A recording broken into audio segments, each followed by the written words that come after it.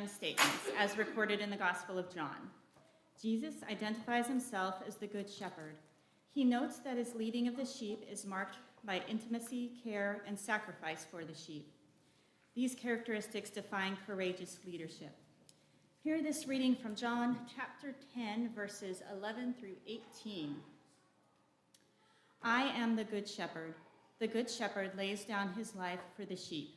The hired hand, who is not the shepherd and does not own the sheep, sees the wolf coming and leaves the sheep and runs away, and the wolf snatches them and scatters them. The hired hand runs away because a hired hand does not care for the sheep. I am the Good Shepherd. I know my own, and my own know me, just as the Father knows me, and I know the Father, and I lay down my life for the sheep. I have other sheep that do not belong to this fold. I must bring them also, and they will listen to my voice. So there will be one flock, one shepherd. For this reason the Father loves me, because I lay down my life in order to take it up again. No one takes it from me, but I lay it down of my own accord.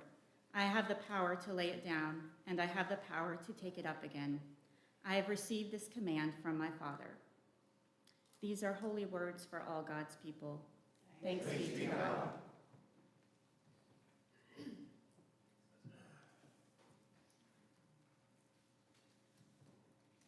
So we are on our fourth and final week of our new United Methodist Vision Statement series. And so, does anyone remember it yet?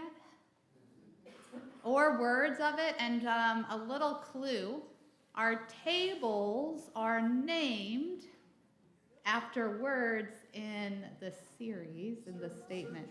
Serve joyfully, I hear that. What else do we remember? Love boldly.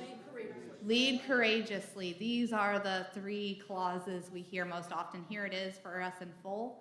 The United Methodist Church forms disciples of Jesus Christ who, empowered by the Holy Spirit, that's what we talked about at Pentecost, love boldly, serve joyfully, and lead courageously in local communities and worldwide connections. For the past 3 weeks, we have been talking through this statement together, and it is a vision for how the church is to be the world today. How is it to orient itself in the work that it does? And so we started with empowered by the Holy Spirit. The empowered by the Holy Spirit part is the part that we talked about at Pentecost. That's the idea that the Holy Spirit is our advocate who comes to help us, to equip us, not to replace our presence in the work, but to help us along in it so that we can do the whole rest of it. I have said this before, I do not think we can love boldly and lead courageously and serve joyfully of our own accord. We might get bits of it, but not to the fullness. And so then we have talked about, in each of the weeks since that, we talked about loving boldly. And we said that love is the very nature of God, and so therefore love is the very nature of our work. And like Jesus, who is God's love in the flesh, our love has to be embodied too. It can't be love in theory, in the abstract. It must be love concretely, boldly, love that does something to bless and protect and take care of our neighbors, the poor, the immigrant, the orphaned, the stranger, the enemy, other in our midst. Empowered by the Holy Spirit, we love boldly.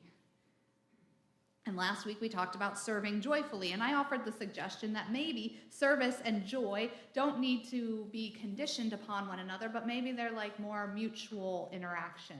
Maybe it's a feedback loop where they lead into each other. That humble service magnifies our joy, and when we are joyful, it's not for us alone, but to be expanded in the world. So I said last week, whether we are joyful or fearful or despairing or apathetic or anything else, our call is the same, to serve as Christ serves. Empowered by the Holy Spirit, we are disciples who serve joyfully. So that brings us to today, and our last of those three clauses, empowered by the Holy Spirit, we are disciples who lead courageously in local communities and worldwide connections.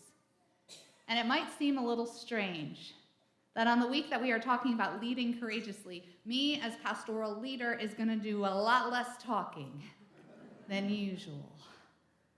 But this is actually very, very intentional. It is by design. Because we are not talking about leadership in the way that our world has come to expect leadership.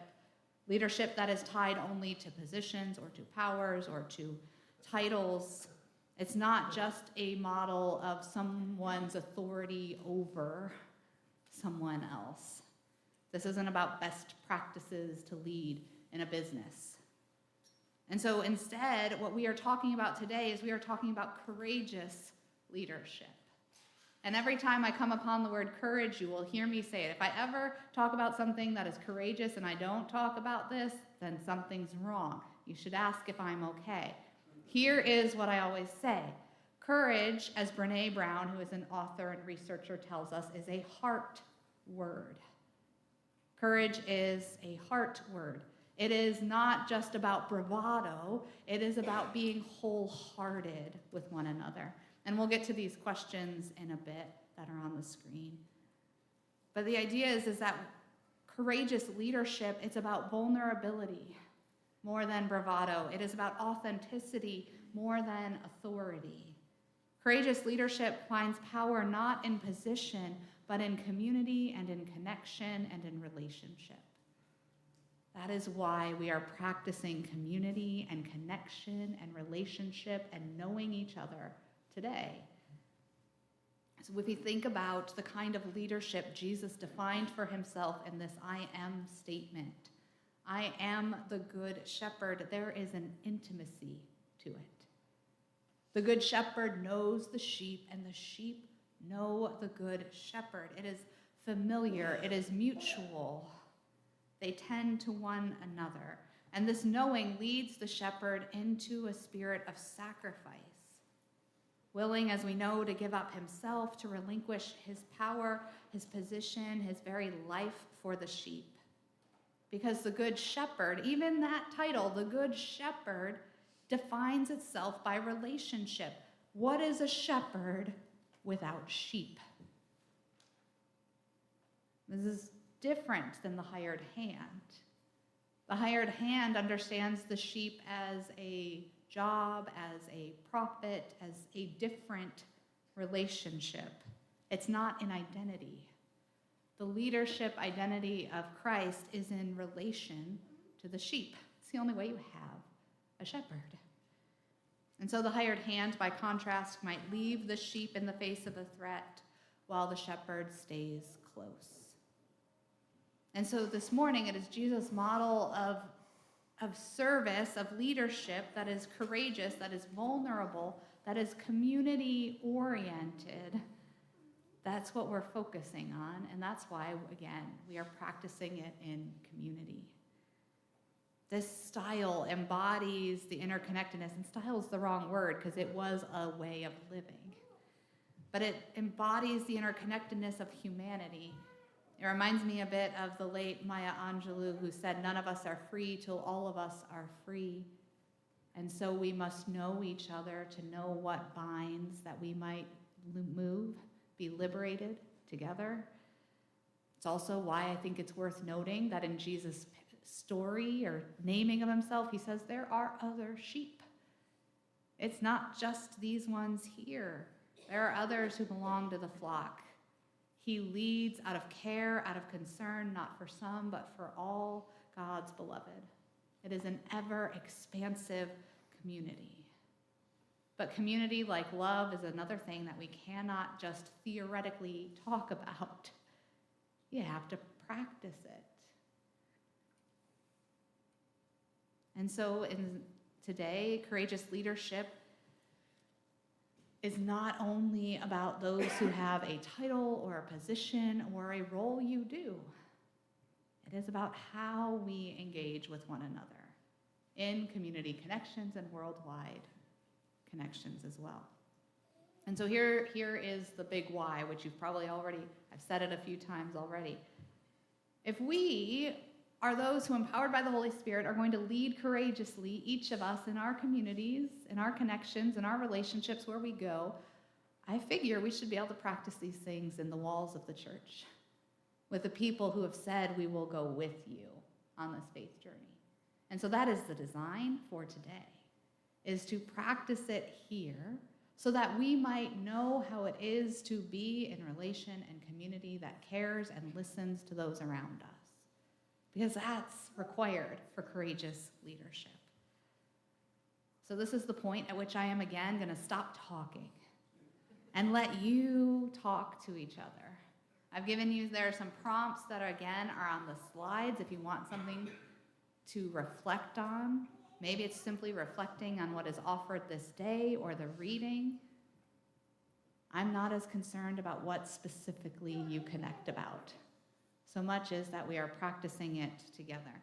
So again, for those on Zoom, pretty soon the room will be muted again, and you can talk amongst yourselves, just as those in the room can talk amongst yourself.